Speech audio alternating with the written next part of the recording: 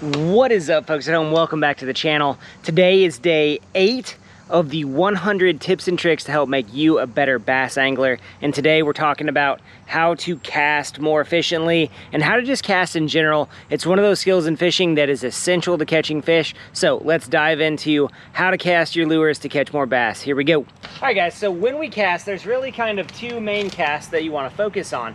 So I've got a spinning rod here. When I cast, I want to make sure that my right hand is on that spinning rod. I've got my finger on the line here, and I want about a foot to 18 inches of line from that lure to the end of my rod tip. And the first one's just going to be a roll cast, right? So I'm going to step right here, and I'm simply going to roll that rod forward. I'm going to point the rod to where I want the bait to land, and then I'm going to close my bail.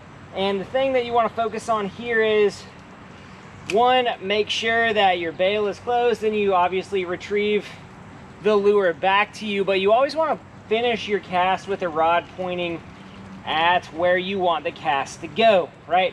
So get that about a foot there. I'm simply going to roll that bait forward and point that rod where I want that cast to go. Just like that. I'm going to reel this in real quick for you.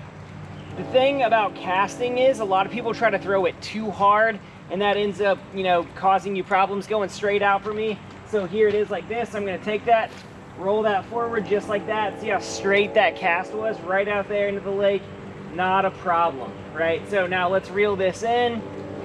So I'm going to use the roll cast like 90% of the time. When I'm on a boat, a roll cast is great. When I'm casting at objects out in the water, docks, things like that, I'm going to use a roll cast.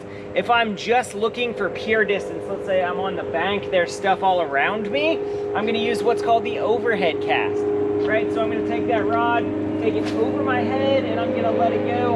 I can get more distance on an overhead cast, right? As the plane goes over.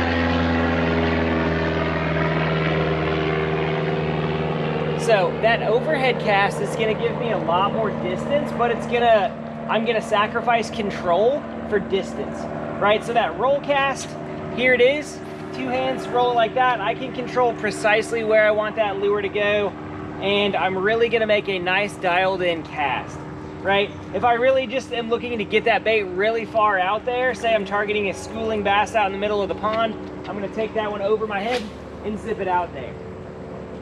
You get about, 20, 30 more yards on a roll cast from what you would get on a sidearm cast. Now, there's all kinds of specific casts that you can get to as you get more involved and dialed in as an angler, but really the roll cast to the side is going to get you what you need, and the overhead cast for that distance is key. A lot of times gear will determine how far you can cast. I'm throwing a weightless fluke right here, throwing that 30, 40 yards, no problem. On a spinning rod, right, I'm fishing this on a 6.6 medium light action rod because it's a weightless presentation. So matching your gear, matching the bait that you're throwing with a rod and reel that you're using will help out a lot. On my spinning rods, I always go with braided line to a fluorocarbon leader simply because it allows me to cast further, right?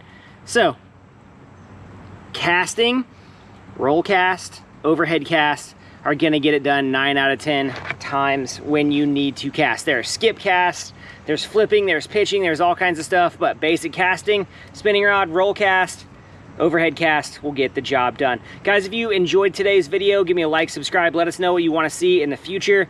We're on to day number 9 tomorrow of 100 days, 100 tips and tricks to help make you a better bass angler. Thanks for hanging out with us today, guys. We'll see you next time.